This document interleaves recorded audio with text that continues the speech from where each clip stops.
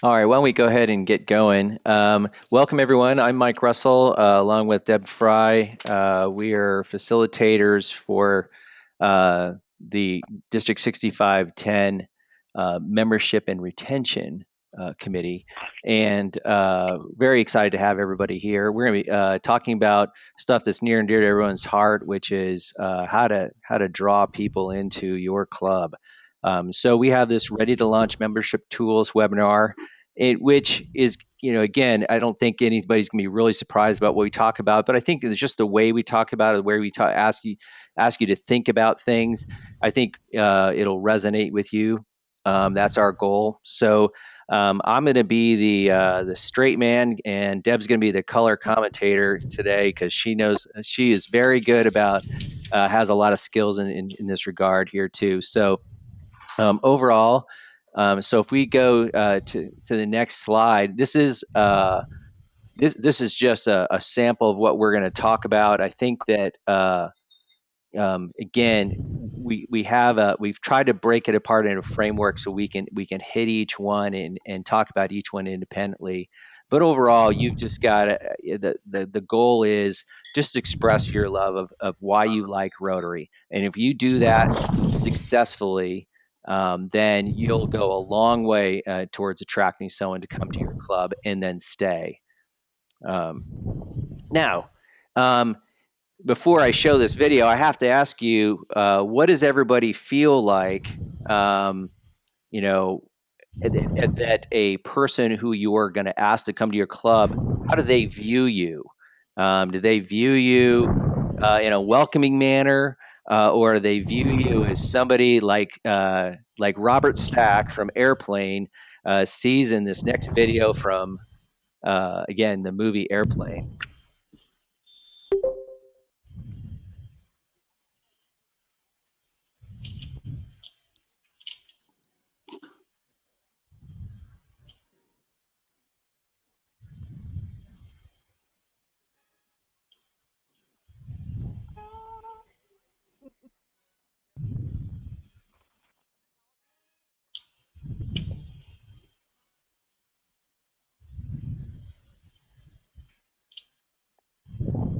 So as you can see there, that yeah, that guy he was not a successful recruit. So we need but are we viewed that way really, or are we viewed?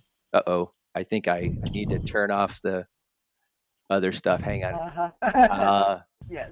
yes, exactly. Um, Sorry about that, guys. Uh, so are we viewed this way, or are we viewed maybe another way? Maybe as somebody who uh, uh, is admired by the community. So, kind of bringing up our next topic is why you like being a Rotarian, because Rotarians are viewed as somebody who give back to the community. At least, that's one of the things we're going to talk about. What is that you think that is so wonderful about being a Rotarian? Because if you adequately express that, then you're going to be different from the all the people that who Robert Stack beat up in the airport.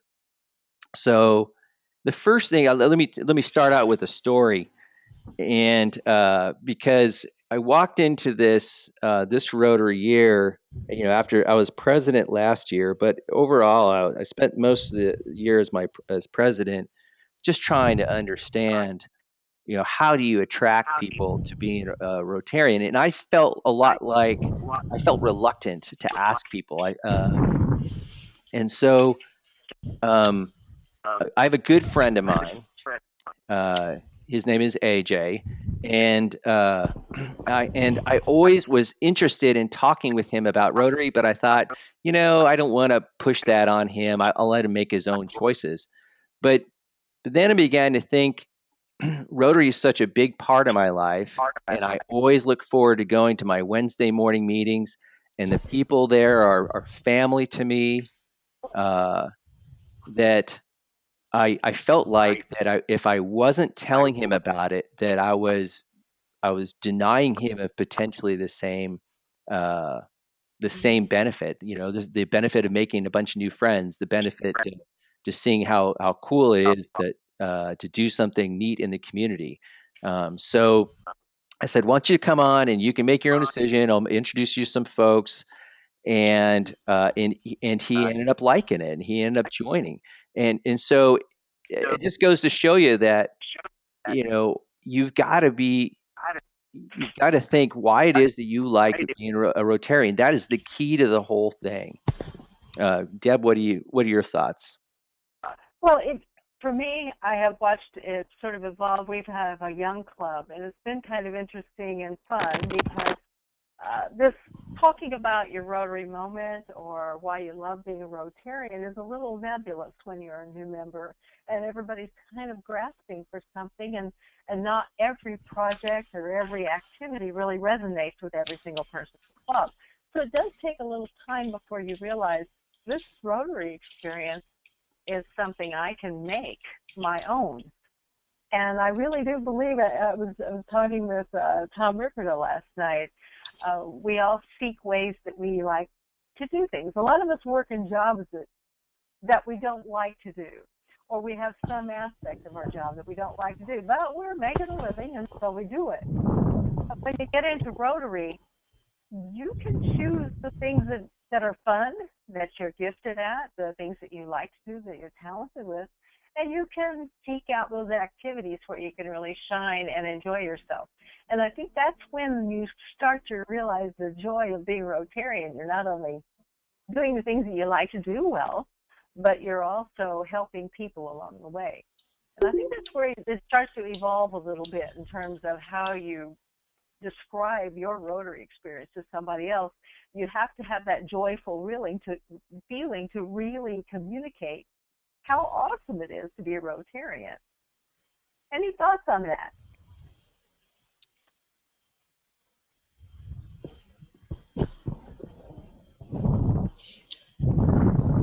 Any thoughts from the crowd on that one?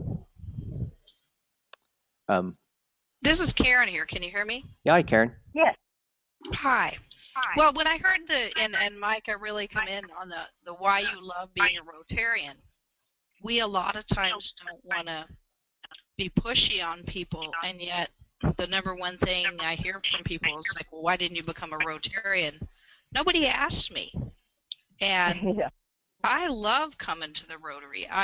It was something that I needed to be a giver, to find out how to be part of a giving team, and so when I think about coming to Rotary, I think about I'm seeing some really special friends with some special gifts, and together we can do things and learn things from the community and give back to our community. Really excellent point, Karen. I appreciate you bringing that up. And it kind of goes to the point, that's why right in the bottom there, I talk about the Rotary moment because that's it's got to be personal. And usually the Rotary moment, that time you're not you no longer are being a coffee. You go there to drink coffee and eat donuts, but you become a Rotarian. You're hooked on giving back. Um, so that moment is probably the moment that would resonate with other people too. Um, so what I'd like to do is a quick exercise, and what we're going to do is we're going to use the chat box for this.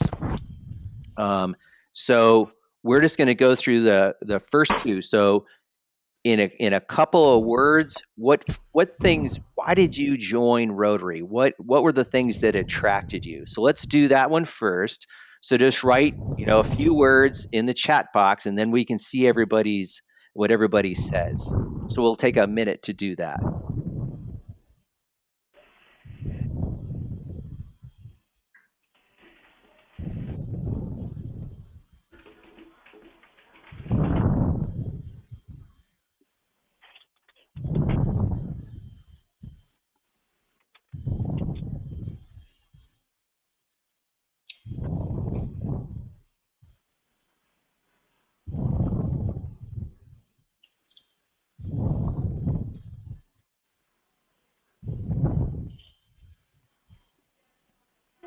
Oh, we're getting a lot of Yeah. great answers here.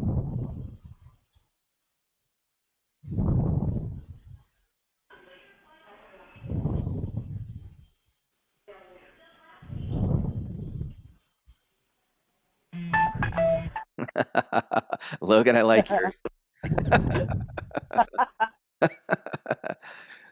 So how long have you been drinking, Logan? So we gotta, You know, I say stuff like that all the time. yeah. Um, all right. So, yeah, Karen, I completely agree with you. We want some of that wine too. So we got a few people. Crystal, you talked about connecting with others and contributing to the community. Logan, you talked about you don't want to look like a jerk and you want to meet good people.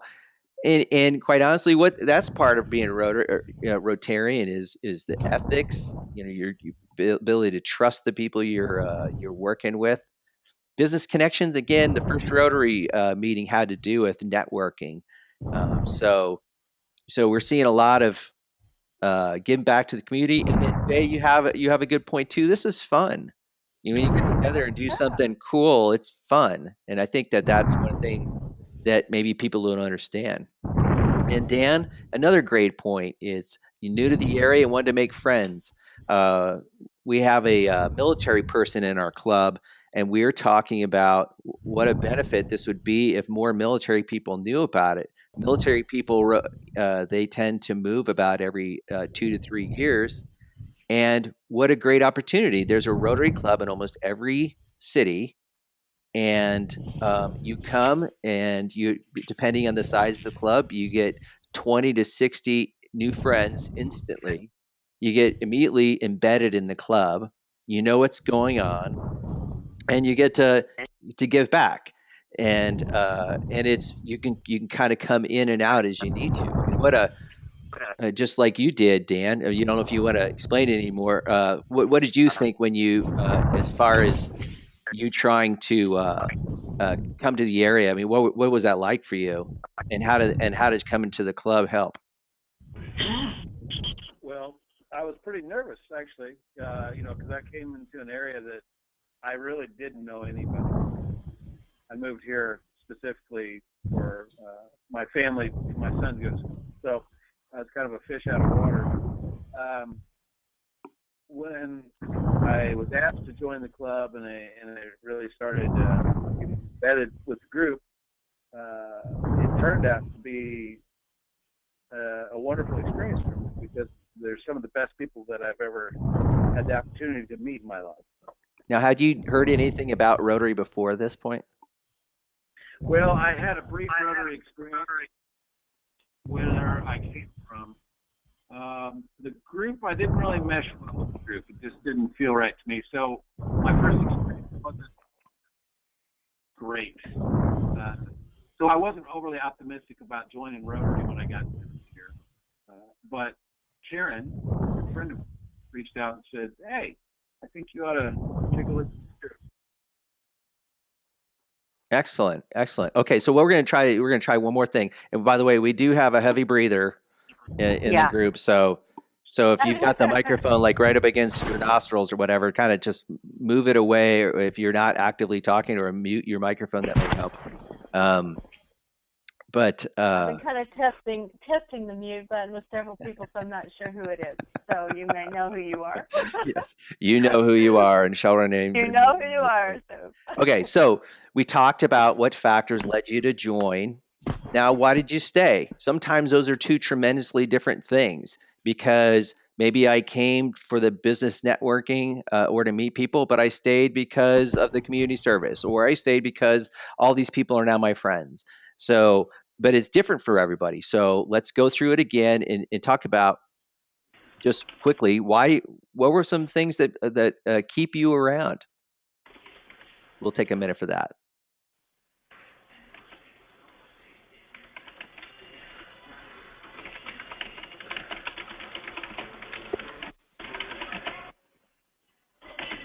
Muted.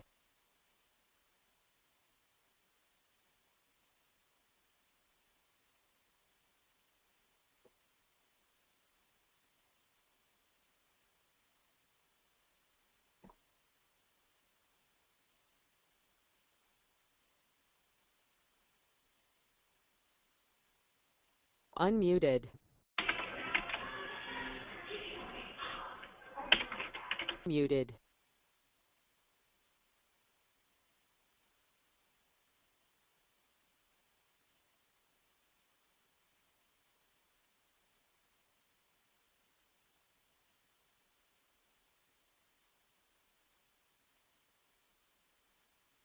Unmuted.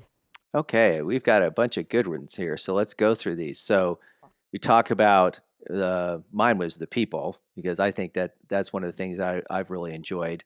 Dan, you talked about I stayed because I felt like I found a home, and that really it kind of goes to the people and how accepting you are. My club members inspire me, so being around people who give back, who are dedicated, and it does inspire you. It inspires you to be more than what you think you can, especially when you get to do something as a group. You don't. A lot of people may not think they can make a whole difference, but when they pool with a small group that can do something more, then that's pretty neat.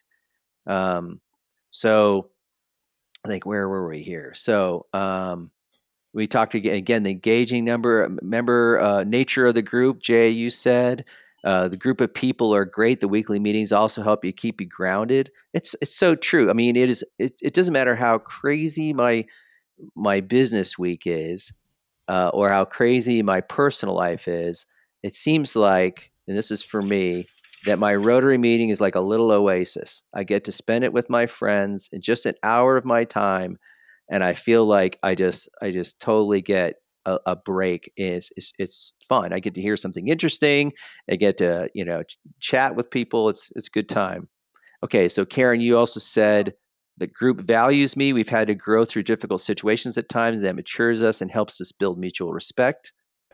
And then we see stayed for the fellowship. One could go through life with one or two friends. With Rotary, I've had many times that people I can count on when I need to, no questions asked.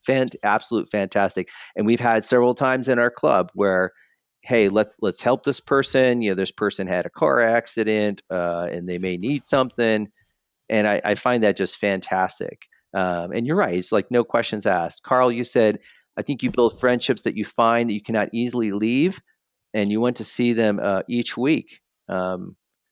And absolutely. So we kind of we all see. I think we come for certain reasons, and we stay for the people, and the types of people, and the quality of people, and the people that inspire us. So fantastic. So it's like this one, like going to a James Taylor concert. We're in the room for lots of people who are bonded for the same reason. Absolutely. Absolutely. So, okay, fantastic. So we're not going Or to go through the. kids or Go ahead. ACDC. I mean, whatever your flavors. Yeah. So let's put, if you put those together, then the factors that led you join, we should understand the factors that attract people. Through the factors that of why you stay, these are the things that we need to think about as far as retaining people, or as far as even talking about the one level deeper of why people should join. And finally, the Rotary moment, when you bring it all together, it's the most emotional thing that you've seen as far as an impact that Rotary can do out in the community. So uh, Deb, any other stuff that we want to cover on this subject? I think basically what it speaks to is, as Rotarians now, how we communicate our relationship to Rotary and how we listen to what our club members or our potential club members want, what they like, what they do, the kind of things that seem to resonate with them. We need to find out from those people where we have that common ground. And like your friends, Mike, you had this friend, you had this relationship, you knew you liked hanging with this person, so why not bring them into Rotary where there are lots of people you like to hang with? So you find out what resonates with those other people, and then say, well, you know what, we could do that. Do you have a project that you'd like to do? Do you worry about some people in your community? Well, you know what, we have an organization that might be able to help those people. So being able to take it to the next level and help people understand, you know what, I probably do need to get into Rotary because I could work with them to do something. That's what we're all doing. And sometimes we forget to listen when we are having these conversations. We get excited sometimes talking about our moment, but to engage people, to bring them in, you need to find out what their moment's going to be down the road. Absolutely. And you have a really good segue into our next topic, which is talking about identifying potential members. So the like it just in my story about uh, identifying, I have a friend of mine who I wanted to spend more time with. I think that we all know if we all close our eyes and we just think of this one question: who do you want to be in Rotary with you? Who do you want to spend more time? Who do you think would be a good fit for your club? My guess is you already know who that person is. So if you picture your colleagues, okay, so here's our exercise. I want you to close your eyes and I want to picture your colleagues, your neighbors, your church community, the people you do business lunch with, people you have Friday evening socials with, and you scan your crowd. And I guess it's a very personal crowd. My guess is you already know one or two people who you think would be excellent candidates for coming into your Rotary Club. So, um, and then as you're thinking about it, and we'll go through this next exercise after that. But why don't we do this first?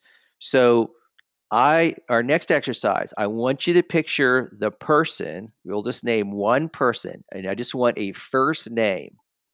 So everybody put the first name of the person that you would invite next, who you think you would want to spend more time with, you think would be a good fit for your Rotary Club. And we'll spend a minute there.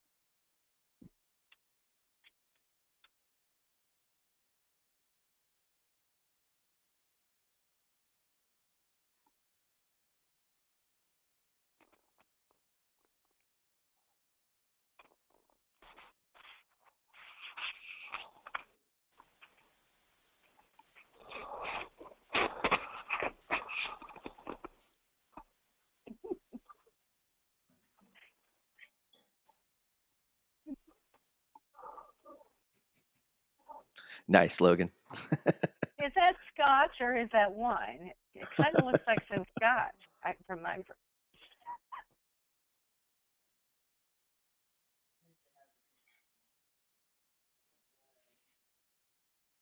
All right, so we got a bunch of names here. So let's talk about this. So and I want you to keep this person in mind here. Let's go through this next exercise.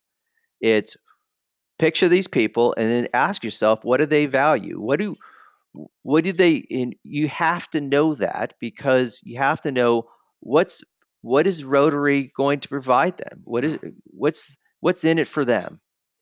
Is it you just like we talked about? What are the things that brought you into Rotary? Was it the networking? The ability to spread your business. Is it the that you want to meet new people? Um, is it that you find a way to give back? What are those things? So what do those people value? So let's do that next. What do you think that those people value? You can just do it in a couple words, but just go ahead and jot that down.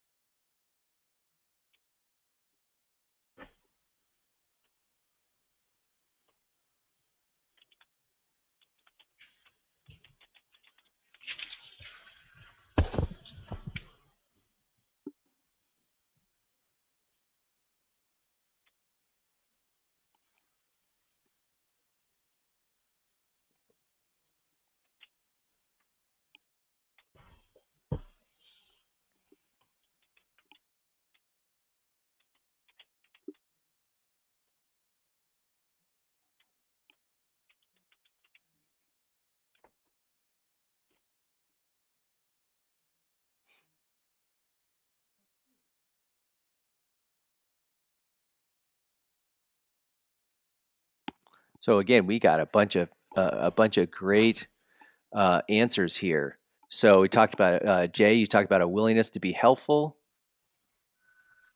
We've got service to others and free time. Again, you kind of have to know what is their what's their time like? I mean, sometimes it's hard if they've got kids, they got to get off to school, and they got a lot of stuff going on in the morning. They may not fit your morning club, but maybe they fit something else. Um, we talk about service above self and soul work. So that's the kinds of things you can talk to them about, the types of community service you do, in international service. Those kinds of things would be attractive. Business networking success. One of the things that we do in our Rotary Club, we stood up next last year, is we just do a social every month. We go somewhere. It's like the fourth Thursday of the month, and we just go there. It's kind of no host. People show up, they buy their own drinks. We don't do any food, and it is just a chance to socialize. But in that, it's an incredible opportunity to network as well. Great opportunity also to bring a friend. Um, Okay, so we talked about share healthy thinking and leadership opportunities. Karen, you got a really tremendous point there. Is that especially when we talk about maybe mentoring new and young people, look what we can provide. Leadership opportunities, leading projects, public speaking, interacting, networking. All those things are ways to kind of bring up a young person into the business or this like the community aspect. So there's a lot of things there that you all provided that I think would be excellent ways to talk about, to the person about what do they value, what can Rotary bring to them that's meaningful. Okay, Deb, any thoughts? Well, everybody was so great, giving us some, and we almost covered all of the areas of focus, didn't we, with that group of evaluations of potential members. I think it's always important to talk to people and find out what's important to them and have that relationship before even approaching Rotary, becoming a member of Rotary, because that way we know what we can do in terms of serving that need or that desire. Somebody mentioned to me in this list here about free time. I can't scroll back up there right now, but this is a thing with the free time, and we've got a real challenge here, and I know you all know this. Well, we're busy people, and people who have businesses or they're working full time, maybe have kids, have ball players in their family.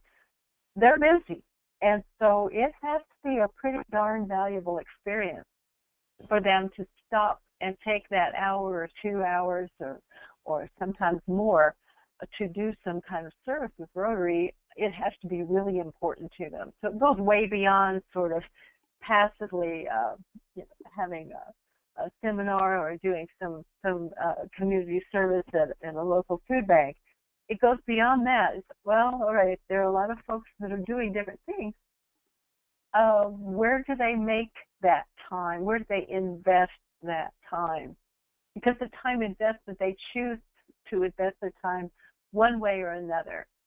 I used to teach, and when I would teach adult students, those non-traditional learners, the ones that are 30-something, 40-something years old, I told them to finish their degree, they'd have to give up the bass boat for a while. They'd have to step out of the bowling league for a while to get the degree done. And I think sometimes we fail to notice, well, their lives are very full, and especially young professionals, people that are right in the business of raising a family and things, their lives are very full. So what is it they're going to be willing to separate from that and invest in time to do a service project for Rotary? Because there are a lot of different ways to do that, and thinking about those projects that take a minimal amount of time but do a maximum amount of good is really important. Really good point, Deb. I see another commentary here. It's important to include our kids at meetings. My kids are good communicators because I took them to Toastmasters as young people. Start them now as Rotarians. Absolutely. Absolutely. Of course, I'm a big fan of Toastmasters, and Karen and I try to champion that as much as possible. Really good points. And I think just like we're talking about, what are the types of things that we can do to help foster some of that? Bringing in students of the month and having them talk about the projects they do or what it is that they're involved with. I mean, those are all things that we can do to help. Okay, so if we move on, now that we have that person in mind and we know what they value, then we can talk about how we can relate to them. So, as part of this, again, these exercises are more, okay, maybe we don't have that person in mind. What are some of the things that we can do to understand, who these people are? So, or maybe identify additional people. So, the first one is a classification review. So, everybody's probably done this or thought about it. So, all that we're talking about is you look around your club and you go, what's really missing here? And I'll give you an example. I'm really interested in some the new businesses. Like we don't have anybody who's a in like a beauty salon. We go to somebody and like, come to my Rotary Club, and haven't quite made that connection yet. But that'd be perfect. And guess what? They don't. She'd have people who would all of a sudden know about her business who didn't know about it before. And so it just kind of gets you thinking about who's missing. One thing I want to caution you about it is that don't be held to that. So if you read the Rotary business rules, they talk about classifications because they don't want you to get like all financial planners in your club, for instance. But I'll tell you, we do have a lot of financial planners in my club, and it works fine. And I'm thinking of inviting yet another financial planner who is just a good fit. He's just a good guy, and his whole family's great, and he'd be perfect for our club. So don't while classification reviews may be helpful, don't be locked into them. Just but do the exercise to try to make a connection to what you may be missing. So let's do this. What job classification is missing in your club? So let's go ahead and jot that down.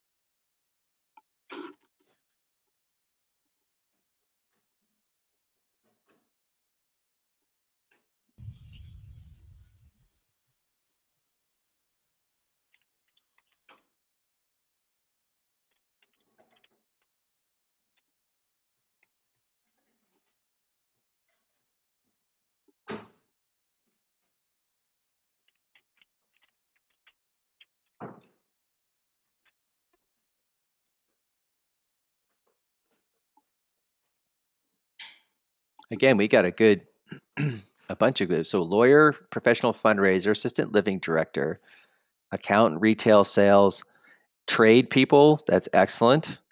Beauty industry, and again, you're right. If you got a small club, pretty much anything would do. But travel agent, that's another good one too. So the next thing is, we won't go through this part, but try to think, well, who are these people in our community? So do we know lawyers? Do we know a professional fundraiser? We have a funeral director in our club. We used to have two. So, who are those people? And just jot down the name and then try to make it a point. Do you want to would you call them up and how would you go, hey, we'd like to invite you to the club for a breakfast or a lunch. So the next thing is Chamber of Commerce. So this is an exercise where if you get the local Chamber of Commerce or you have somebody in your club that goes to the local Chamber of Commerce, you can get a listing of local businesses and then just identify who haven't you gotten Who hasn't visited your club?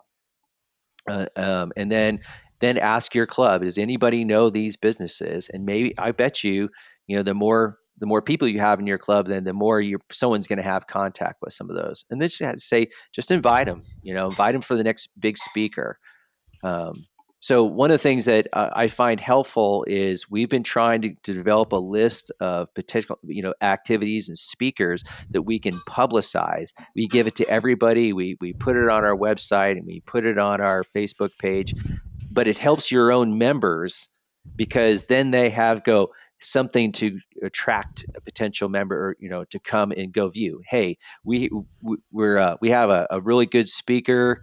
Once you come in and just listen to him, it's gonna be great.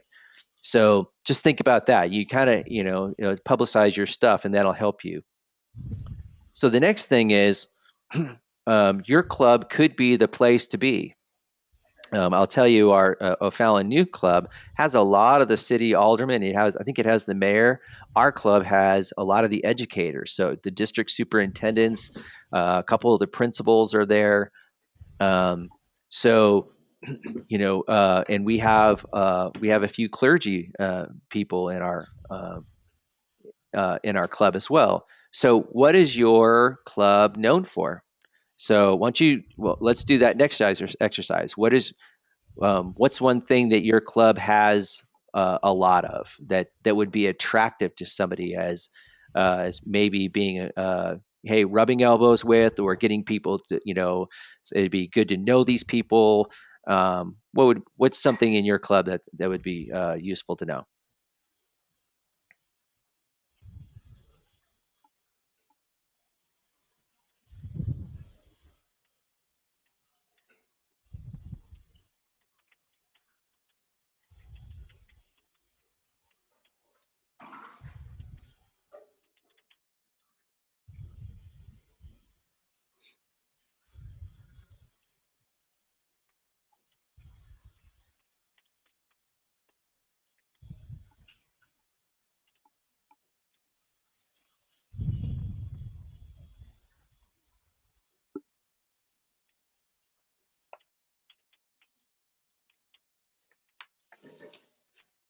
Okay, so we got a good smattering. So youth oriented, we got aldermen, educators, drinking. That's always a good one.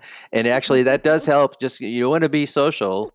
You don't want to, I think that's probably one of the viewpoints about Rotary sometimes is that we're all stiff. So um, welcoming and generous. So again, another thing that, and these are things that your club needs to be thinking about. So this would be a potential briefing, discussion with your own club. And this is kind of why we're going through this. If anybody, you could turn around and you could give this to your own club so that they can start thinking about what business leaders that they could invite, who's on the Chamber of Commerce, who they haven't thought about before, or think about, hey, who in our club is attractive as far as maybe drawing people in to be around. So yeah, I agree, Jay. We're we can be a stiff bunch or at least be viewed that way. So okay, Deb, any thoughts on this one? Well, I think it's really good to point out to everyone on the call tonight that we have made this PowerPoint available to you, just the standalone PowerPoint available to all the clubs, so that you can use it as a club member, the club's membership chair, or the president or president-elect, whoever wants to do that, can actually do this same presentation with your club and facilitate it just like we are tonight. And that's a really great brainstorming exercise that you can do in a great venue with your club members, very relaxed, and creates a really good flow of sharing, and you start to build your club the way you want it to be. Excellent points. Okay, so we're going to go through. Our next one is we're just going to list some ways to attract people. So bring a new member party. So you could say you could publicize on your club and announce that in 2 weeks everyone's going to bring one member, or during this month everybody's going to bring one member, and maybe if you bring in a new member, you get your name in the hat for a special prize, or something like that. We have a 50-50, and one of our ideas was you get twice the number of tickets. So if it's two tickets for $2, well, you get four tickets for $2. Something that would, anything to attract somebody to bring a new member. Membership drives. First half of the year, District 6510 had a membership drive and actually did pretty good. And right now, Governor Lane is interested in multi-club membership drives, so bringing new member parties, so that we can gang together and bring our friends and make it look like a big group who some people want to be part of, and also realize, hey, the times may not work out for this person from my club, but the other club across the street, it works out perfectly for them, and we still get a Rotarian. So these are the things that are beneficial about having these multi-club functions. So club socials, again, I already talked about how our club once a month, they just get together and they have a beer. And they'll rotate the venue. Oh, okay, we're going to go to this bar this time, and we're going to go to that restaurant that time. Let's check out this new place, and it makes it kind of fun. And so that we're not just viewing ourselves in the Rotary meeting aspect. We kind of just, we can talk about our kids, and we can just socialize. It's fun. You can come for 5 minutes, or you can go for 2 hours. So a lot of fun. Let's see. I think we got a couple comments here. So host social events where you mix clubs. I like that one too. Rotary and the other. Places where that would happen. So O'Fallon, I think Fairview Heights and Swansea could do that. Definitely down in Carbondale, I think you guys could do that pretty well. So West Frankfort once held a new member picnic with families. You got 9 new members in one day. That's fantastic. Who's the lawyer? Do you guys want to talk about how that worked?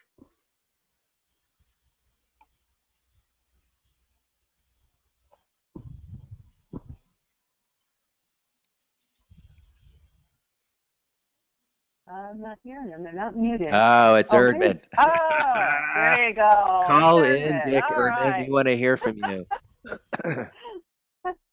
You can actually call in on the telephone. Okay, so we'll keep talking, and maybe we can get connectivity here. Okay, so another one, meet with them to discuss community needs. So one of the thoughts was we've been talking about identifying the needs of our communities, and making sure that they tell us. We don't walk into a situation and we dictate based off of our values what we think this area needs. We ask them and we engage with people, and we ask them what they need, and so it's another opportunity. So if you meet with somebody from the food bank, if you meet with clergy, you meet with somebody from St. Vincent de Paul, all these, you meet with, the policemen and firemen, all these people are potential folks who could also be part of your club. So by letting them know, by working with them in this engagement, then they see you as an active part of the community, and it can be very attractive to them. So just another arrow in the quiver to do, and just invite them, and have the reasons like we talked about. What's the good speaker you're going to have? Invite them to be the speaker, and then invite them to stay. We get a lot of our new members that way. Invite them to lunch. Again, we have ours is a breakfast, and offer to pay for the breakfast. And then, or to help with the project. That's one of the things that was recommended as far as attracting young people, is that they want to get their hands dirty. So think about the next project you have, and then think, then try to hook this person in to help out. Either it's we're going to clean up the garden, or we're going to help sort food at the food pantry, whatever that is. So, okay, community focus groups. That's an excellent one. Pair up and attend a meeting or conduct a group. All good. So we talked about. Then we have another comment. Bring them in by going to them. Visit community events, meetings, listen to the focus. That's a really good point. So, Deb, any thoughts on this, or any thoughts from the crowd?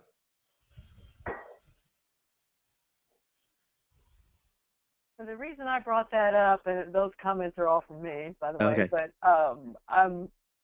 I feel like sometimes we stay in our clubs and we don't realize we could be the investigative team. It would be very valuable for me to call up a fellow member and say, hey, you want to go do lunch at the chamber meeting this afternoon? They're going to have a speaker there. Let's just go see what's going on there, or let's go listen to this meeting they're having at the Carbondale Civic Center about something, or simply attend other kinds of club meetings, other service kinds of organizations, and find out what folks are working on and talk to them about. You're a Rotarian, and here's some things you're interested in. You can actually create fellowships and partnerships by sharing this information. It's not about territory. It's about helping us do more. Really good point. Go branded with a button or a shirt. It's absolutely true that we got these Rotary Rotarian at Work shirts, bright yellow and bright blue, for that specific purpose. So that we're out there doing a project, we're seen. And I'm going to talk about this again because you're going to see one of the folks in a picture coming up here. The last two people we got in our club came to us. So they actually asked members of our club about Rotary. That would never have happened unless we were public. We had good publicity, and we were starting to get out in the media, in Facebook, in Twitter, and those kinds of things. So just keep thinking about how you can spur that in your club. Okay, so Dick, you said Kiwanis used to have a 4 under 40 day. They plan to invite several new young people all at once so they see others their age. You're absolutely right, because sometimes I think we can scare off a 30-year-old if all they're seeing is the average age of 58, which I think is the average age in our club. So excellent point, Dick. Okay, so let's talk about. So we do get a visitor. So we have that person in mind, and we actually successfully bring them in. Don't just bring them in and then leave them to fend for yourselves. Make sure that you greet them at the door, and help them meet people. Who are the people? Remember the people who are the people to know. Introduce them to them, and then when they sit down, don't just put them on the edge. A lot of visitors will tend to not want to dive into the middle. Help them be seated in the middle of the action, and then have a closer. This person would be like a Deb Fry, who knows about the club, knows about Rotary, and knows about the types of things that your club is involved with, and can help them not only feel welcome but understand what Rotary is all about and the benefits. That's the real importance about treating this visitor. How to treat this visitor when they come to your club. All right, Dick, you said our Fairview Heights Club is a member of the Chamber of Commerce. When I was announcing our Camelot auction, a manager at the host Holiday Inn told me she would like to join. Absolutely. Really good point. Logan Johnson, you said, yes, it's terrifying. I take it you mean it's terrifying coming to a new club. Is that correct?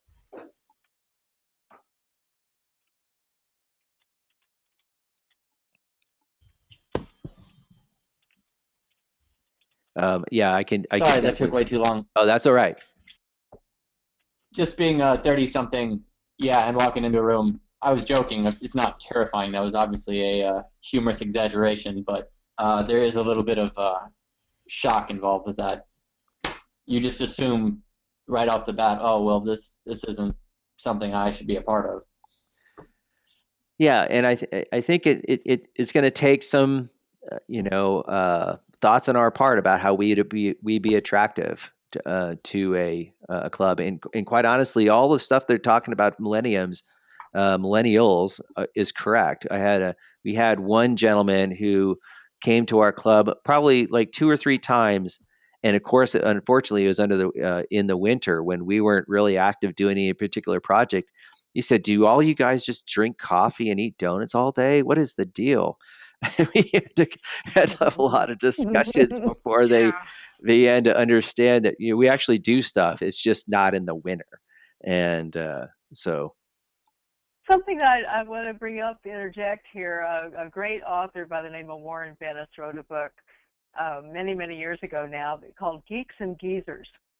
And something that I believe is valuable and sometimes it's easy to overlook because we are talking about trying to attract more young professionals who want to keep our clubs vibrant.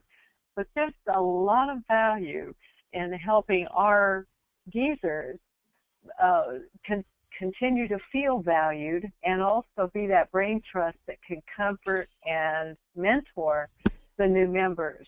And I think it would behoove us to do special things to make sure our senior members feel that they have a very important role to help mentor our newer members. And a lot of people come in, they've never been a Rotarian before, and they're in their 20s or 30s, and they need a little reassurance, protocols, those kinds of things that happen that are different for them. I think there's a great role for when we talk about diversity. We need to think about the whole package of diversity, not only cultures and genders, but also age diversity, so you have a nice balance in your club. really good point. Any other comments from the crowd?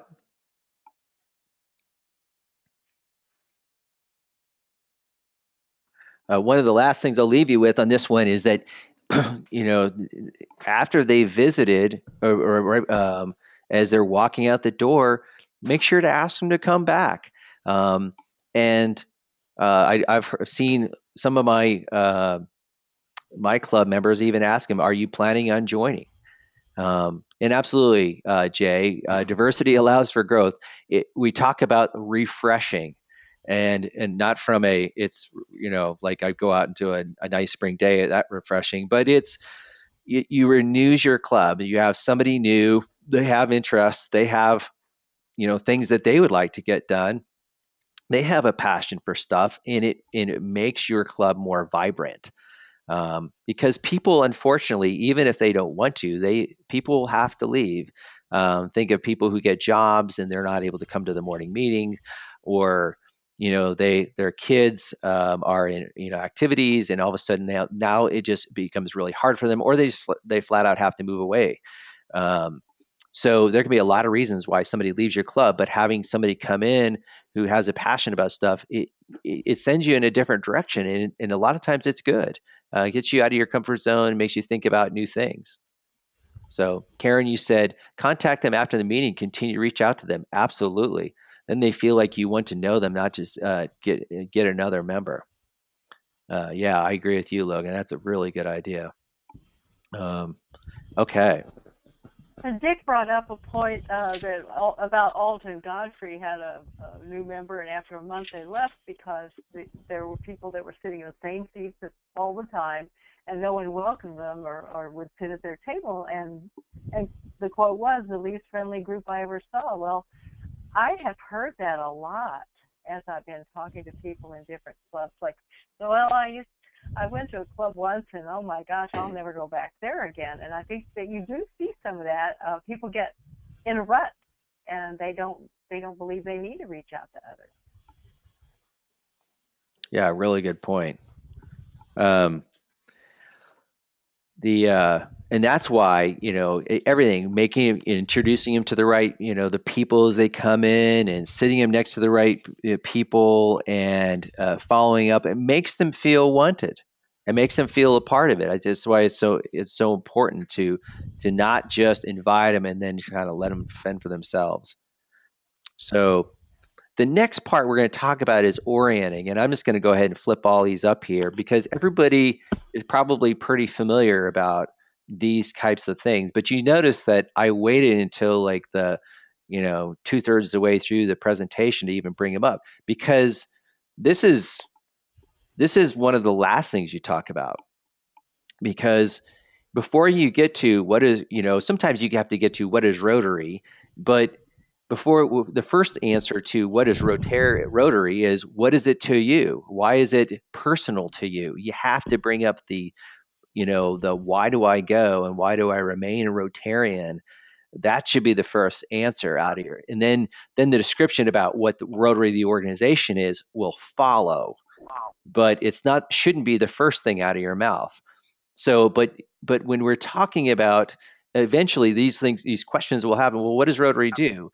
It's important for us to have an understanding about the types of things that Rotary does. The 1.2 million members, I think it's 48,000 clubs. So, talking about the worldwide connectedness, the ethical standards, what do we do worldwide? The polio eradication is the first thing I talk about, and I think people understand that because I grew up and my godfather had polio, so I saw that. Everyone knows Franklin Delano Roosevelt had polio.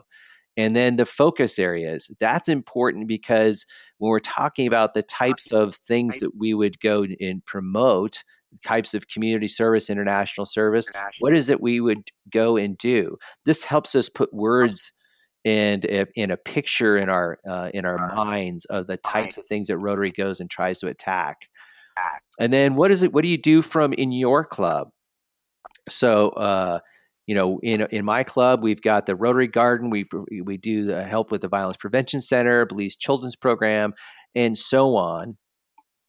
And I'm sure if I asked you, you'd talk about the number one project you have in your club.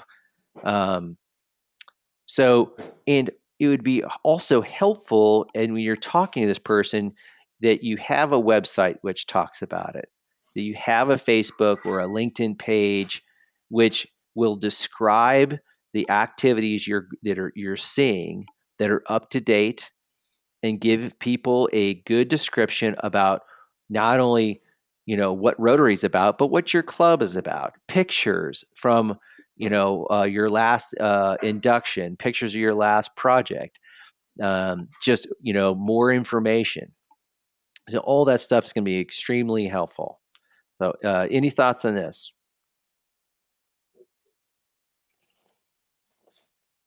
I did a LinkedIn project for the district last fall. And one of the things I mentioned in our presentation when I was working with Jill was if you want to make a Rotarian happy, give them credit for the work they've done. And using LinkedIn, you mentioned LinkedIn, Mike, is a really great way to actually compliment a team member that's working on a project with you. Go ahead and describe that project as a role and the other activities in LinkedIn in your profile. And then mention and link all the people that are on LinkedIn that you can link them to that project and give them credit for the work they've done. Talk about their role and thank them, give them a recommendation. And you can do that on Facebook as well, but LinkedIn is a more, it's tethered to the professional environment. But that's a really great way to give people credit and brag about them a little bit. It's not brag when it's fact. So using those tools that we have are a really great way to reach out to people. Yeah, really good point, Deb. Excellent. Because people always want to. People always appreciate when people saying thank you, and just anything to give recognition for the work people do, and it also helps promote what it is you're trying to do in the community. So, really good point. Okay, so we got a couple questions here. And okay, so Dick, you said Fairview Heights is a one-page Fairview Heights Rotary at a glance sheet. Excellent. The one of the things we're talking about though is to have something on the front of this is a trifold or something that's maybe big and bold that attracts people to even look at the sheet in general.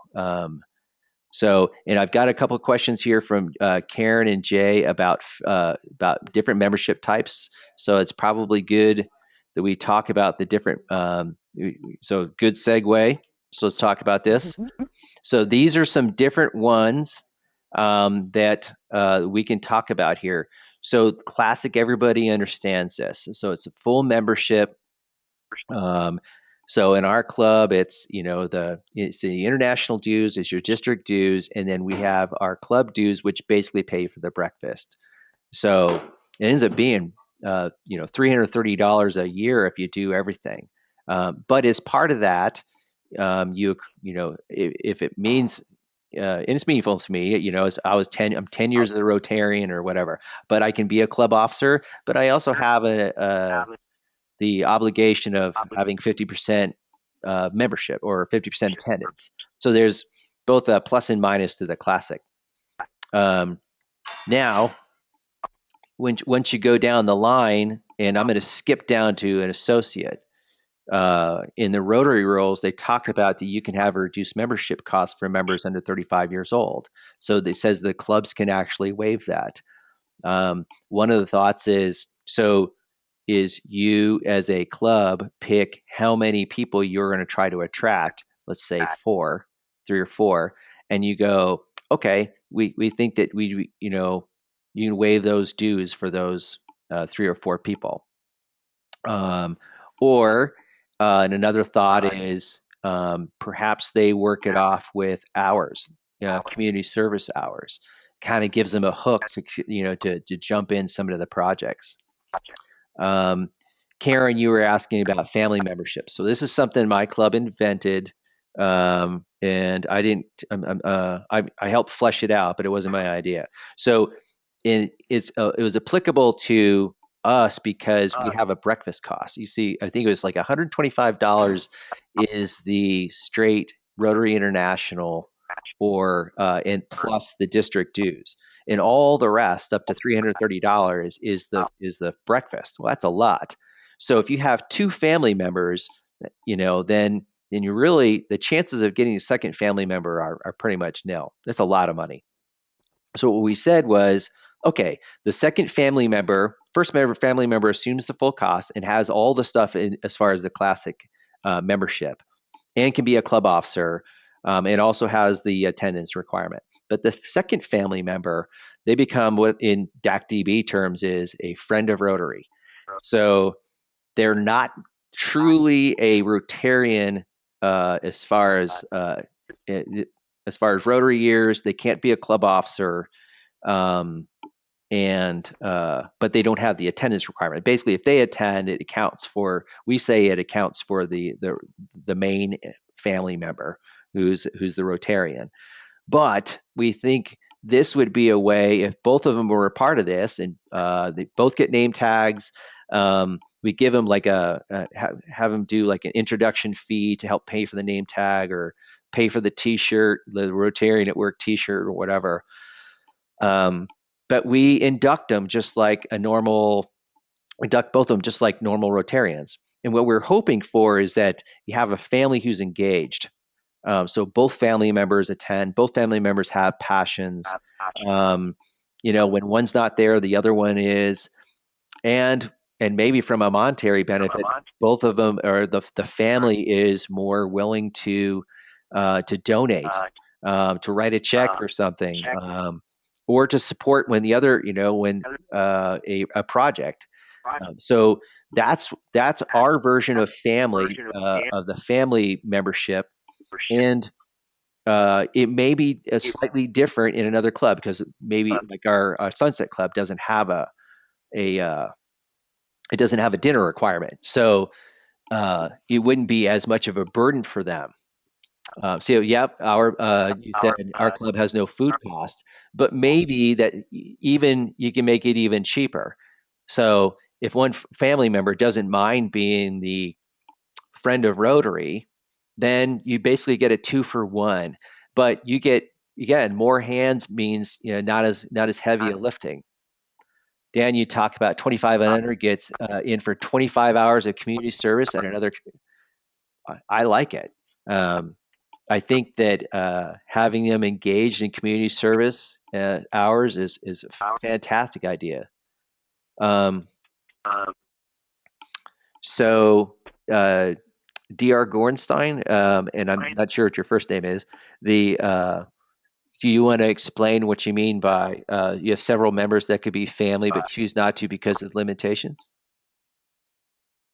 Yeah. Can everybody hear me? Yep. Yes. Oh, okay. Yeah, we actually have, I'd say, 3 or 4 families, members that could be in family, but because they can't be committee members, they don't vote. They decided that, hey, we want to be full Rotary members, so we'll pay the full boat. Oh, fantastic.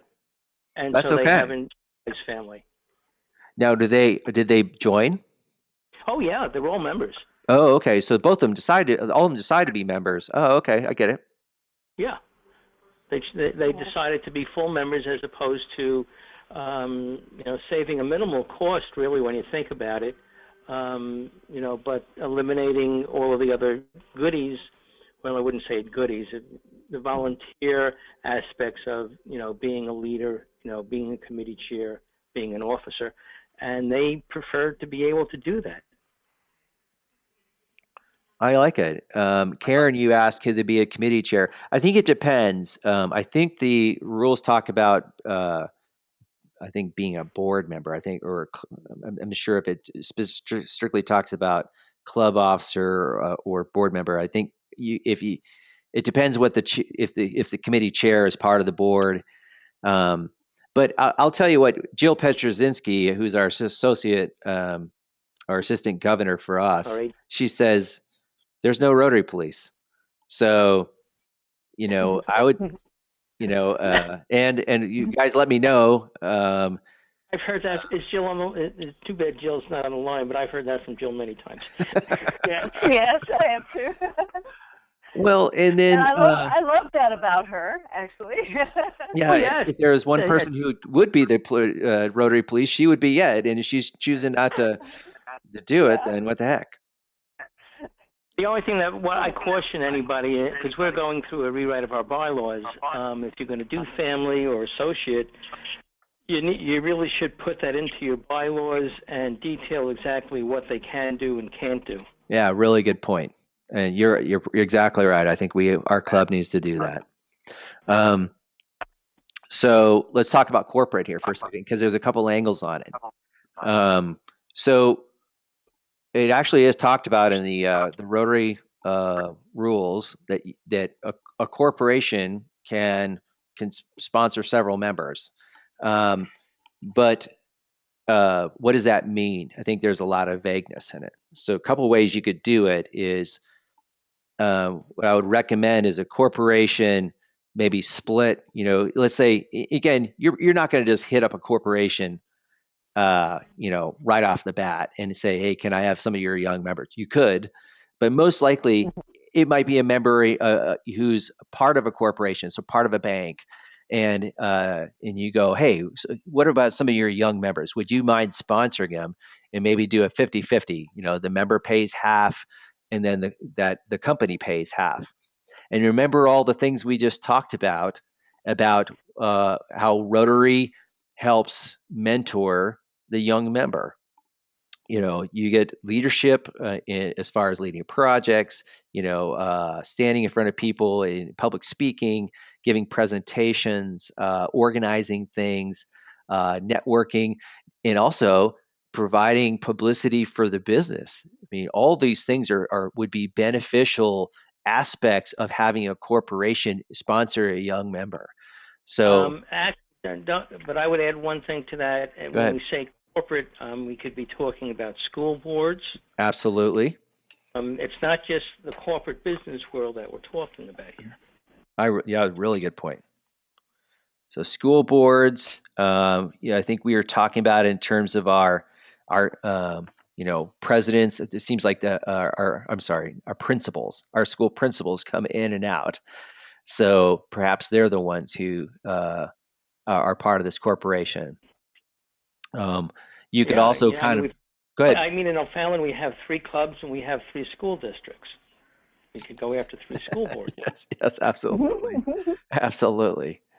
The other way you could do it is you could almost do it like so the corporate, membership pays part, and then those other members of the corporation pay a little bit. Again, I think it's probably helpful to have some skin in the game.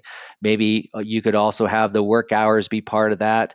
Again, I agree that whatever you do, it probably is going to be very helpful just to make sure it's consistent and everybody understands the what's going in, that you write it down in your bylaws, and then have everybody agree to them. So, Deb, you talked about young family members can witness mom or dad as community leaders.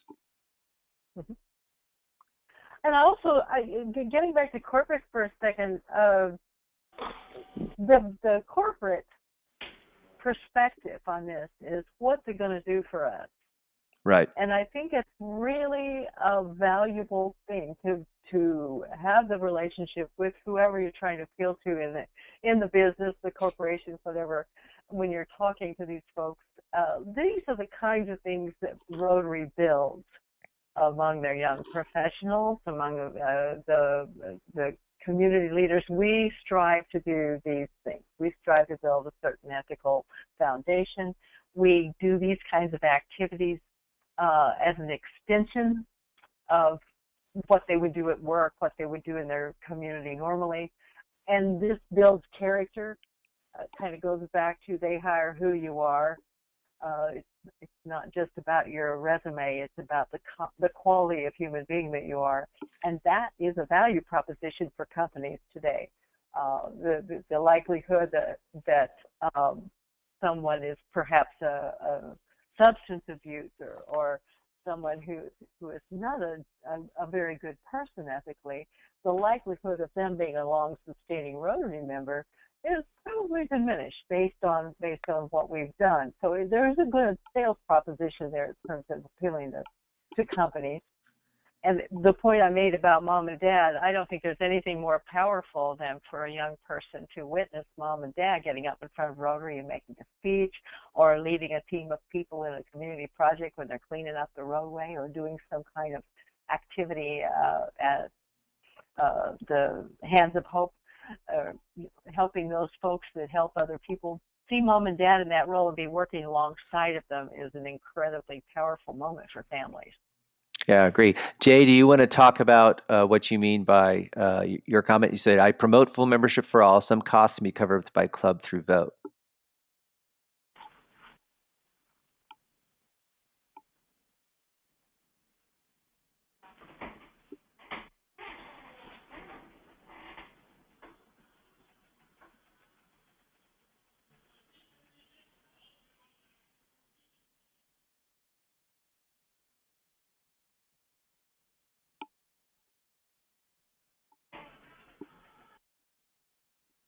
I'm just going to wait a second. Well, Jay's going to type in his answer here. So it says, the idea is if we want a person of value, we can cover their costs.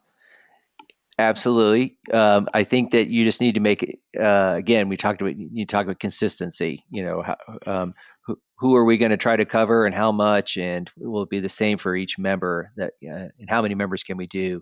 It's kind of all budget dependent, is not completely budget dependent, but part way.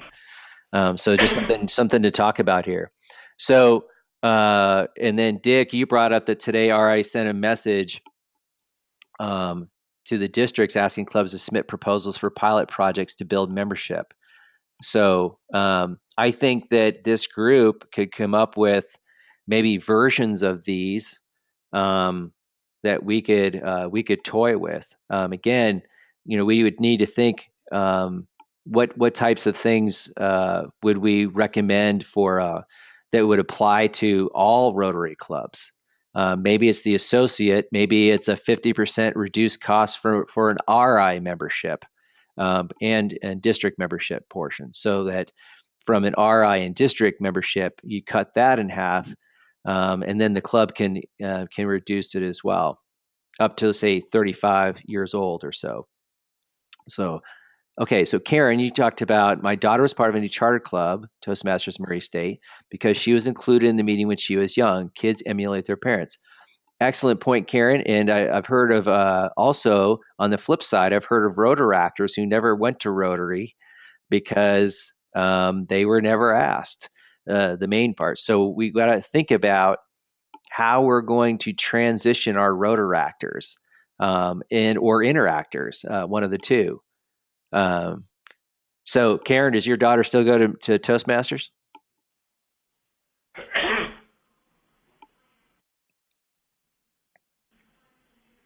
Oh, fantastic. She says, yes, she does. Okay, so we have quite a little bit more to cover. So I'm going to skip off this. We've had an excellent discussion on here. So I think we through the Facebook group, I would love to keep engaging about how these types of things and some of the things we need to think about. Write them all down so we can kind of give those lessons to the folks who weren't on today. So we're going to go on. So we're going to talk about induction. And it is a big deal. This is our picture of our induction, which was last Wednesday. This is Brett Schutte. He's our latest Rotarian. And on the left is Carl Lurk. Carl, nice picture of you. And he's our president of O'Fallon Sunrise. And on the right is Kim Sabella, and she's the sponsor. Now, the interesting thing is Brett is the person. So Kim and Brett have been working together in the Chamber of Commerce. And Kim, she felt a little embarrassed because Brett approached her about Rotary, and it wasn't the other way around, even though they've worked together for a couple years. So, but through our publicity, it attracted him, and he knew that Kim was out, she was a Rotarian, so he knew enough to ask. And again, there was another person who I knew who I had actually been trying to attract her husband to get in. And she said, why haven't you asked me? And she was attracted to our Nicaragua project. So we brought her in through that. And we actually brought him in through a family membership. So I got him in the end anyway. But you got to make the induction a big deal. So bring the families if you can. Make it a special ceremony. Post it on Facebook. I'll tell you, I posted this. I got 330 views. It was one of the largest views we've had all year on Facebook. So other people because they'll send it to their friends, and guess what? Now everybody's seeing how cool it is. This ceremony, and we have this on our Facebook group for the membership. And doesn't this really speak to the excitement about being inducted to a cool club? So I think that by doing this, we really do create excitement about ourselves. Okay, so Dick, you said RI has some sample induction ceremonies that aren't bad. We don't have to reinvent the wheel. Absolutely, and we have some sample ones too. And I think we actually have a sample on our Facebook group, but we can make sure of that. So, okay, moving on. So does everybody kind of feel like this sometimes that, okay, we get a membership drive and, we get as many people coming off the bus as we do coming on. So for each person that we're trying to attract, we got to think about making sure that we retain them. How is it that we're going to retain them? And that goes back to all the things we talked about. What is it that made you stay? And that's a whole other thing. I think Deb's given that talk before. We're not going to concentrate on retention tonight, but it's important to think about in the back of your mind, what are the things in your club that are going to help this person to stay, including mentoring them. So we're going to move on because we've talked about all these different types of things. It's critical that you create a club action plan. So the first thing you're going to have to get with your members to do is to start writing down these tasks that you're gonna try to do. So you got resources that'll help you out. Again, we've provided some stuff out on the Facebook group, and Then we also have this guide, strengthening your membership, creating your membership development plan. Deb, do we have that out on the Facebook Yeah, group? yeah, I believe we do, but I'll double check. I think Okay. I actually put the link and everything out there for them though. Okay. So as part of this slideshow, okay. Um, okay. I think you can actually click that link; it'll take you right to it. All right. The hyperlink I put in the PowerPoint. So there you go. I think Yeah, you it's can part of actually, Rotary.org. there you go, Yeah, I don't know if and you it can takes see you it. right to the plan. Okay. Excellent. So let's. Oh, hang on here. I think it's going to try to take me there. Yeah, you Uh, touched it, didn't you? I did. I touched it. I didn't mean to. You touched it.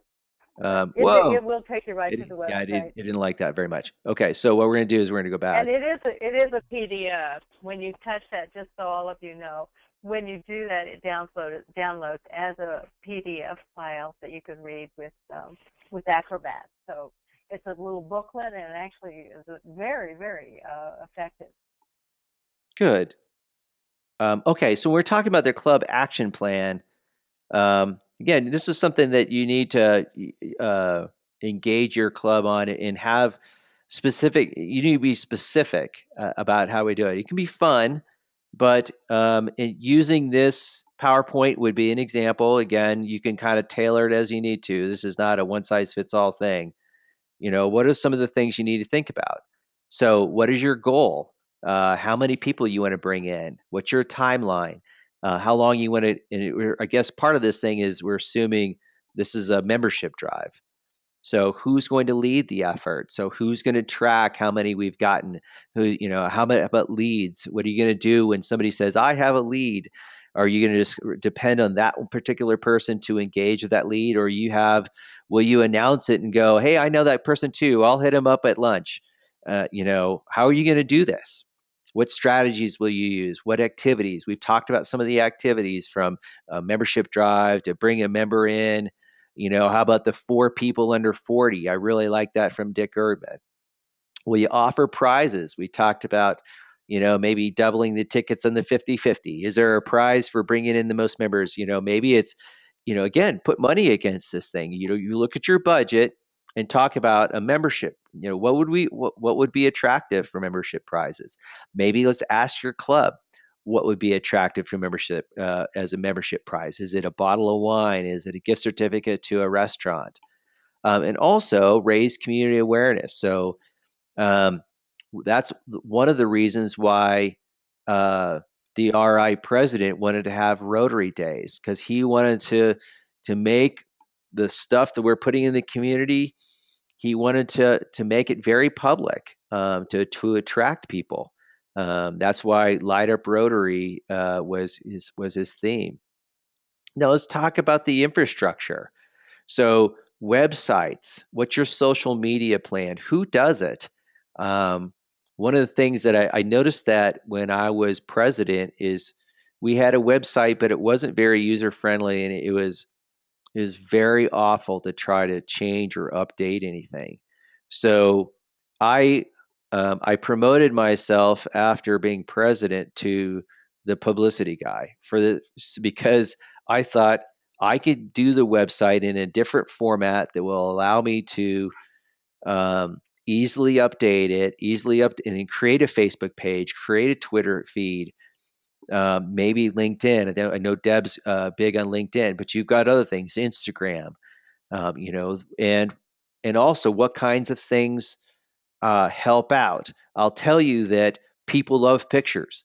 People love pictures with smiles, just like we showed Brett, Carl, and Kim. People love to see people in action as opposed to just standing around. Um, so, do you have to develop a good social media plan? And this gets your name out. I'm convinced that a lot of people that Brett approached Kim because of stuff we put on the in our social media. I actually have to ask him it because I'm actually interested. Okay, so Dan. Okay, so Dan, you talked about current members are given a membership reminder bracelet, and they can take it off when they bring in a new member. Ooh, I like that. So is it kind of like a hospital band? So that's pretty neat. Okay. All right. Dick, you said I like teams, and at the end, a steak and beans dinner. The winning team eats steak, and the last place team eats beans. I like that I love one. it. I love it. Oh man, yeah. Nobody wants to be the one eating beans.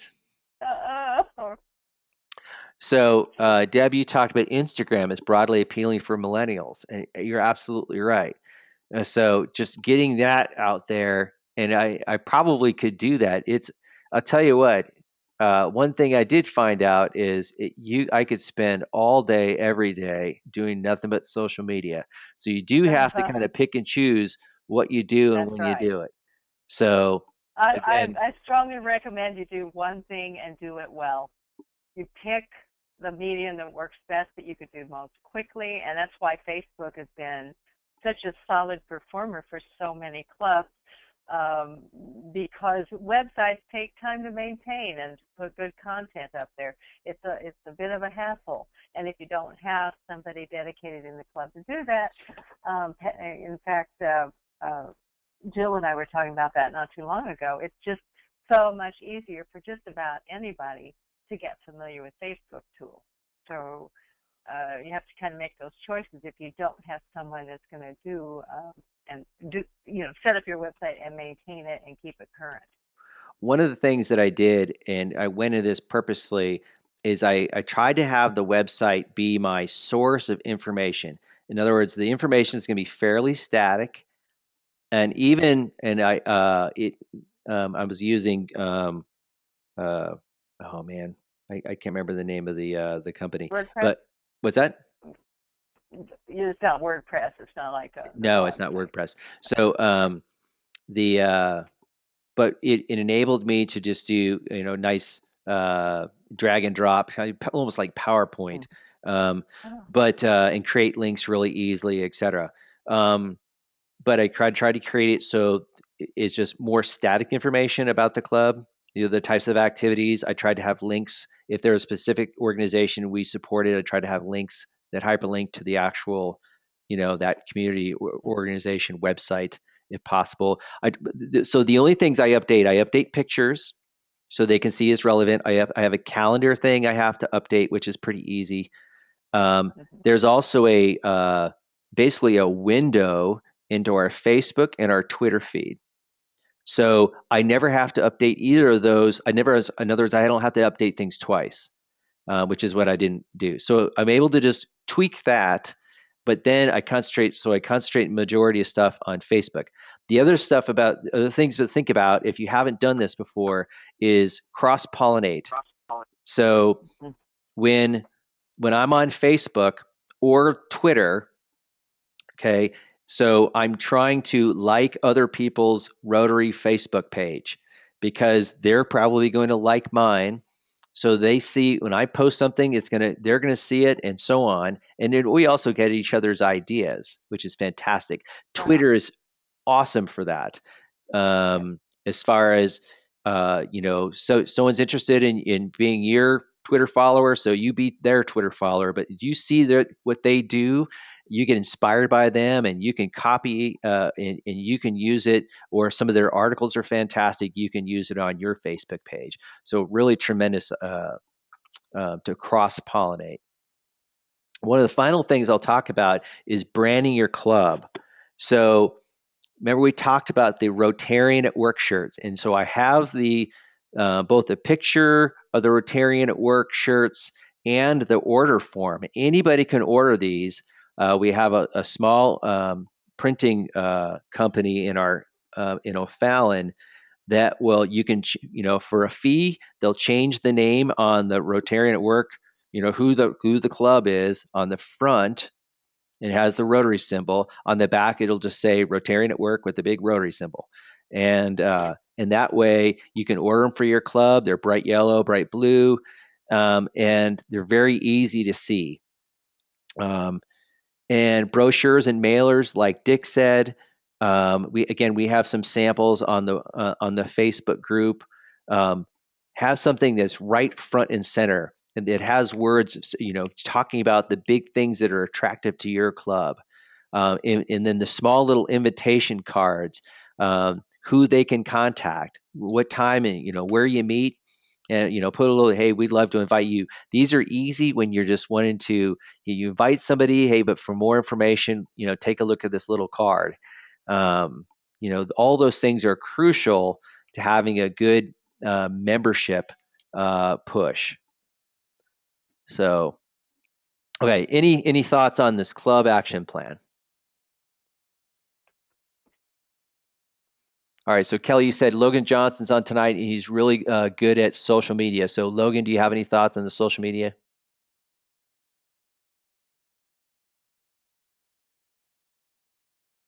Logan has been sipping wine. He may have fallen asleep.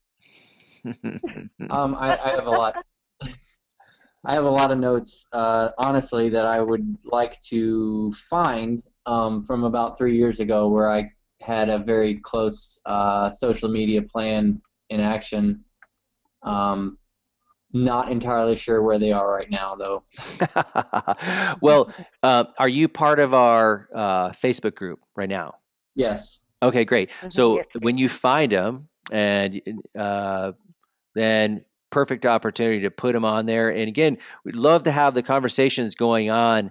So so we get that awareness out there. But excellent. Really appreciate your help with that. No problem.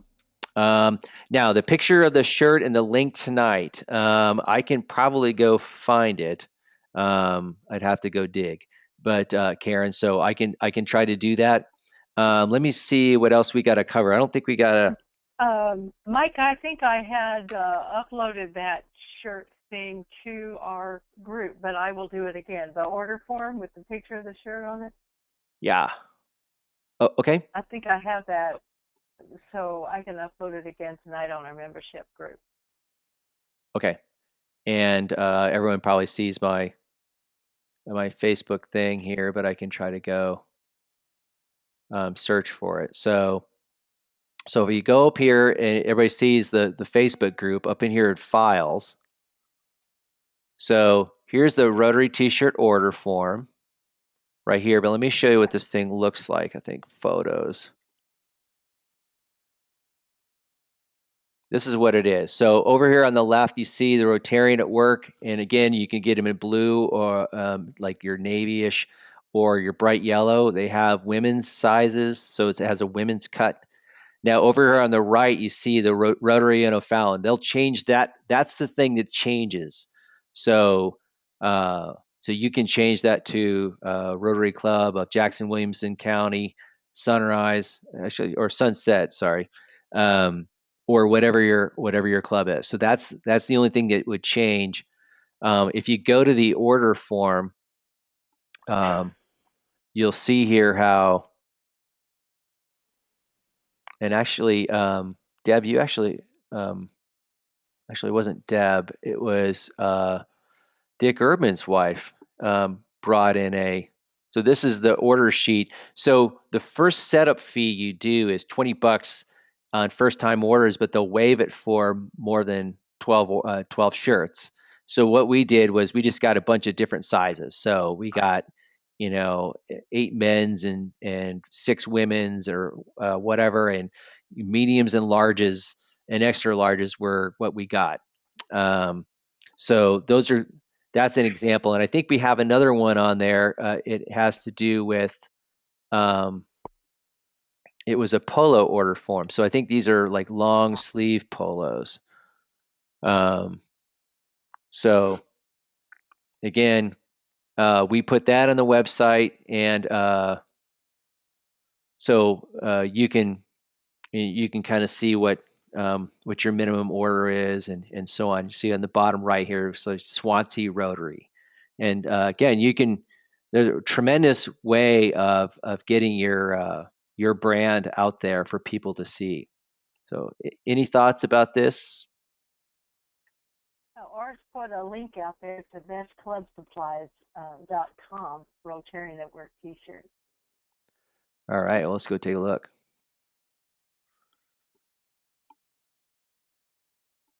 Ooh, I like that.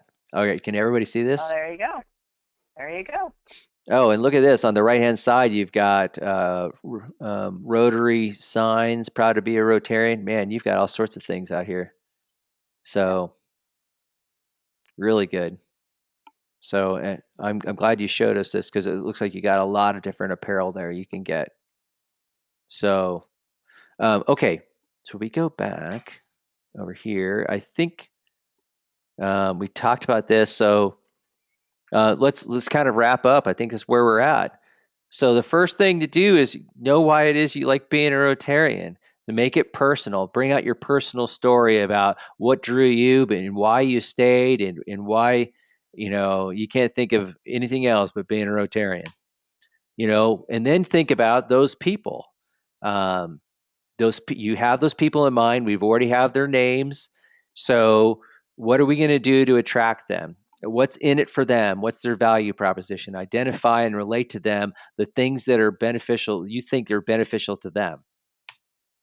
And then also take a broad look around your community, from your Chamber of Commerce, maybe, attracting people to the types of people who are in your club, and so on, and try to think about and also doing classification reviews, all those types of things, to try to get you to identify people to invite. And then engage the visitors, bring them into your club, invite them to lunch, invite them to a good speaker, invite them to a social, invite them to a project. All those types of things will help you, give you tools to engage your visitors. And then orient prospective members. So not only are you going to bring them in, you're going to treat them like gold once they visit your club. You're going to introduce them to the heavy hitters in your club or the fun people. You're going to sit them next to the person who knows everything about your club and is the really inspirational person. And then you're going to ask them to come back, and you're going to follow up, like Karen said. And then when they ask you about Rotary, you're going to understand enough about Rotary to be able to tell them why it's so important to you. And then finally, bring them in. We talked about different membership types. Maybe one membership type may work better than another's, but just use those as tools to try to think about what would be attractive to these people. And then finally, all this has to be part of a comprehensive club membership plan of action. Engage your club in these types of discussions to get them thinking about who they would bring, them think about how they would engage. And then before you know it, quite honestly, our club in this last year has brought in, I think we're on our 6th or 7th new member now, because of these types of activities. And we were losing people left and right, and I think Deb has a very similar story. And Deb, quite honestly, it was you telling me about the idea of who do you want to be around? Who do you want to be in your Rotary Club? And I began to start, instead of thinking about the guy pumping gas next to me who I've never met, I began thinking more, well, who do I already know? That I just want to spend more time with. It's so much easier to think about, and quite honestly, it's more honest because you do want to spend time with them. Yeah. And there's something else, Meg, that sometimes we lose sight of. There are some people that are joiners, and they will join an organization, and they may find out it's not for them, or they may find out that their motive and whatever motivated them to join is not really something that resonates with them. So the quality of the member is about developing that relationship with that member so that they find meaning in it. And I know that sounds kind of profound, but the reality is some people join for perhaps prestige. Maybe they feel that this is going to elevate them in some community, or maybe it's simply, well, I want to party, and so I'm joining it just for the fun. And and maybe the service is a drag for them. Maybe ultimately it's not as fun as they had hoped it would be. Whatever those things are, sometimes people are not the best quality members. So by courting them a little bit and finding out what resonates with them, you make a match with that club, and you help develop some things that work for them, or that they can actually embrace in terms of their life. So it is if you recruit people in terms of pressure and say, well, you just need to do this because it's really great and these are great people, and maybe they are those kind of people that go along. But ultimately, they might discover, well, I got in there and it's really not for me. Well, then you've lost something. You've invested time and energy in a person that really didn't want to be part of that group in the first place. So courting them a little bit, spending some time getting to know what resonates with them is a really important thing to get quality members that say, I'm in it for the long haul because I can't imagine a Tuesday night or a Wednesday morning without seeing you folks. Fantastic. Okay, so what we're going to do is we're going to leave you with an invitation. And so this is not where the conversation ends. This is where the conversation begins, because our whole membership and retention committee is here to serve you. So what we want you to do is go back and talk to your clubs. And if you want us to come and talk to you personally or work one-on-one with you, we're happy to do that, because we've seen a lot of these tools because we're hearing it from other clubs as well.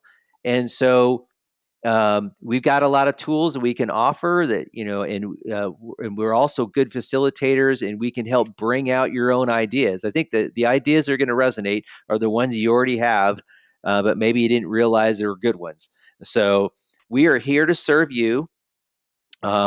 If you want us to help even teach you how to teach this class or give this class to your club, we're willing to do that too.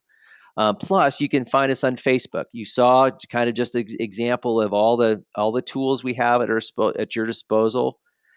So we want to just offer ourselves as a resource to you to help you with your membership goals.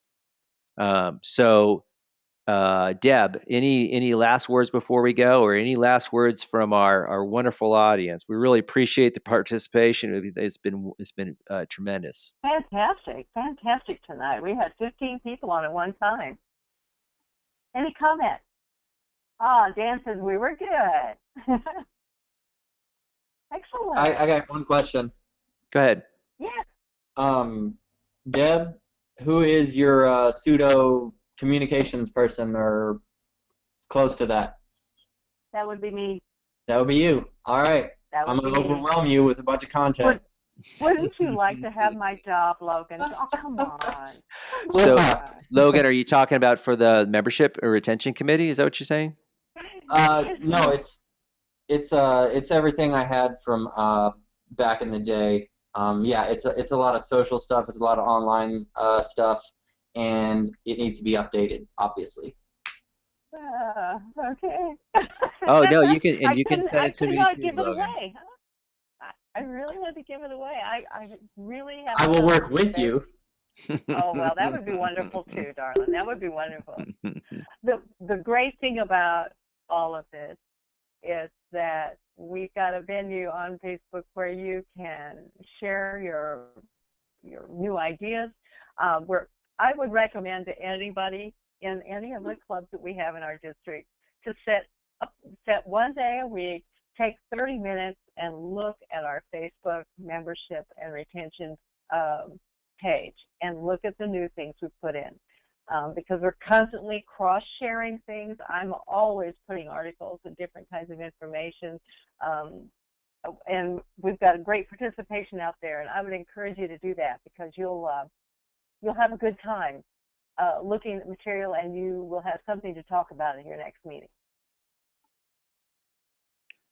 Okay, with that, if we don't have any other last comments, again,